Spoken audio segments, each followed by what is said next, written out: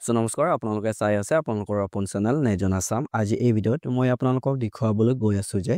কেনেকৈ আপোনালোকে আপোনাৰ মোবাইল বা ল্যাপটপ যোগেদি মানৰেগাৰ আপোনালোকে জব কাৰ্ড নাম্বাৰটো আপুনি মোবাইল যোগেদি ডাউনলোড কৰিব সো আপোনালোকে জানে যে সামাৰ সিজনত এই জব কাৰ্ড কামবোৰ আৰম্ভ কৰা হয় যাৰ ফলত আপোনালোকে আপোনাৰ জব কাৰ্ড নাম্বাৰটো দিয়া হয় সেই ক্ষেত্ৰত বহুজন মানুহ এনেকা থাকে যে তেখেতৰ নিজৰ জব কাৰ্ডৰ নাম্বাৰটো নেজানে জব কাৰ্ড নাম্বাৰটো নিদিয়াৰ ফলত তেখেতে জব কাৰ্ড ফেচিলিটিটো নোপোৱা হৈ যায় সো তাৰে বাবে আপোনালোকক মই আজি এই ভিডিঅ'টো যোগেদি অতি সহজে আপোনালোকে কেনেকৈ জব কাৰ্ড নাম্বাৰটো ডাউনলোড কৰিব যাতে আপোনালোকে আপোনালোকৰ এৰিয়াত থকা জব কাৰ্ড ফেচিলিটিটো আপোনালোকে লাভ কৰিব পাৰে সো কেনেকৈ আপোনালোকৰ জব কাৰ্ড নাম্বাৰটো ডাউনলোড কৰিব এই গতিটো প্ৰক্ৰিয়া জানিবৰ কাৰণে এটা বলক ভিডিঅ'টো আৰম্ভ কৰিম সো এতিয়া আপোনালোকে আপোনাৰ জব কাৰ্ড নাম্বাৰটো ডাউনলোড কৰিবৰ কাৰণে আপোনালোকে ভিজিট কৰিব লাগিব ক্ৰম ব্ৰাউজাৰত সো ইয়াত আহি আপোনালোকে সাৰ্চ কৰি দিব লাগিব যে e-Shram card so e-Shram type কৰি সাৰ্চ কৰি দিয়াৰ পাছত এন ধৰণৰ এটা ৱেবসাইট লিংক দেখিবলৈ পাব আপোনালোকে ই-শ্ৰম হোম বুলি এটা অপচন আছে এই অপচনত ক্লিক কৰিব কাৰণ আপোনালোকে আপোনাৰ জব কাৰ্ড নাম্বাৰটো ডাউনলোড কৰিবৰ কাৰণে আপোনালোকে ই-শ্ৰম পৰ্টেলটো ইউজ কৰিব পাৰে কাৰণ এই পৰ্টেলত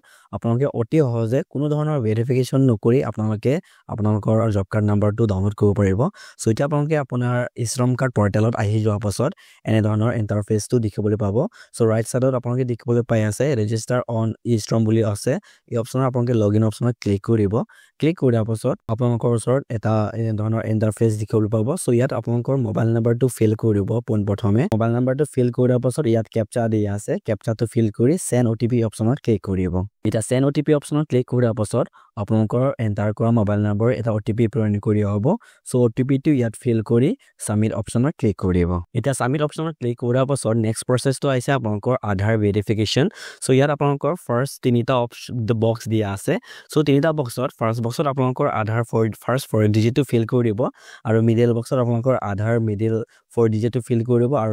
লাষ্ট বক্সত আপোনালোকৰ আধাৰৰ লাষ্ট 4 ডিজিটটো ফিল কৰিব ফিল কৰাৰ পাছত ইয়াত ফিংগাৰপ্ৰিন্ট আইৰিছ ওটিপি বুলি অপচন আছে আপোনালোকে ওটিপি অপচনটো ক্লিক কৰিব ক্লিক কৰাৰ পাছত ইয়াত কেপচা দিয়া আছে কেপচাটো ফিল কৰি সাবমিট অপচনত ক্লিক কৰিব এতিয়া আপোনালোকে সাবমিট অপচনত ক্লিক কৰাৰ পাছত আপোনালোকৰ আধাৰ নাম্বাৰত লিংক কৰা মোবাইল নম্বৰ এটা ওটিপি প্ৰেৰণ কৰি দিয়া হ'ব সো ইয়াত আপোনালোকে ওটিপিটো ফিল কৰিব ওটিপিটো ফিল কৰাৰ পাছত আকৌ এবাৰ কেপচাটো ফিল কৰি ভেলিডেট অপচনত ক্লিক কৰিব এটা ভেলিডেট অপচনত ক্লিক কৰাৰ পাছত আপোনালোকৰ লগইন কৰা প্ৰসেসটো সম্পূৰ্ণ হৈ যাব সো ইয়াত আপোনালোকে দেখিবলৈ পাই আছে আপডেট ই-কেৱাইচি ইনফৰমেশ্যন বুলি এটা অপচন আছে এই অপচনত ক্লিক কৰিব ক্লিক কৰাৰ পাছত আপোনালোকৰ ওচৰত এই ধৰণৰ ইণ্টাৰফেচ দেখিবলৈ পাব তো আপোনালোকে দেখিবলৈ পাই আছে ৰাইট সাইডত মাই এনৰোল স্কিম বুলি দিয়া আছে সো ইয়াত টোটেল স্কিম এনৰোল বুলি এটা অপচন আছে এই অপচনত ক্লিক টু ভিউ অপচনত ক্লিক কৰিব সো এটা ক্লিক কৰাৰ পাছত আপোনালোকৰ ওচৰত এই ধৰণৰ ইণ্টাৰফেচ দেখিবলৈ পাব সো ইয়াত দিয়া আছে যে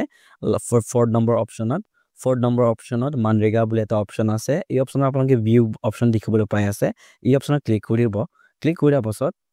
আপোনালোকৰ ইয়াত দেখিবলৈ পাই আছে আপোনালোকৰ জব কাৰ্ড নাম্বাৰটো ওলাই যাব সো ইয়াত এমাউন্ট ক্ৰেডিট নেম দিয়া আছে আপোনালোকে কাৰ নামৰ জব কাৰ্ডটো আছে তেখেতৰ নামটো ইয়াত ওলাই যাব লগতে কি বেংক একাউণ্টটো লিংক হৈ আছে এই বেংক একাউণ্ট ডিটেইলছ ইয়াত ওলাই যাব আৰু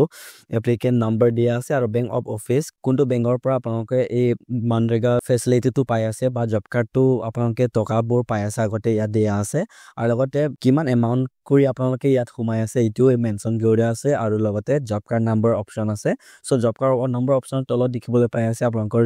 AS19 এনে ধৰণৰ আপোনালোকে নাম্বাৰ দেখিবলৈ পাব সো এইটোৱে হৈছে আপোনালোকৰ জব কাৰ্ড নাম্বাৰটো সো আপোনালোকে নোট ডাউন কৰিব বা কপি কৰি বা স্ক্ৰিনশ্বট মাৰি ল'ব আপোনালোকৰ মোবাইল যোগেদি ষ্টাৰ্টেড আপোনালোকে আপোনাৰ জব কাৰ্ড নাম্বাৰটো পাই যাব যেনেদৰে আপোনালোকে আপোনালোকৰ জব কাৰ্ড নাম্বাৰটো ডাউনলোড কৰিব পাৰিব সো এইটোৱে আছিল আজি আপোনালোকক দিবলগীয়া ইনফৰমেটিভ ভিডিঅ'টো চাই যদি অকমানো হেল্প পায় তেন্তে লাইক এটা কৰিব আৰু চেনেলত প্ৰথমবাৰ ভিজিট কৰিছে তেন্তে সাবস্ক্ৰাইব কৰি দিব যাতে এনে ধৰণৰ অনলাইন ৰিলেটেড ভিডিঅ'সমূহ আপোনালোকে ৰেগুলাৰলি চাবলৈ কাৰণে সো পুনৰ লগ পাম আকৌ এটা নতুন ভিডিঅ'ত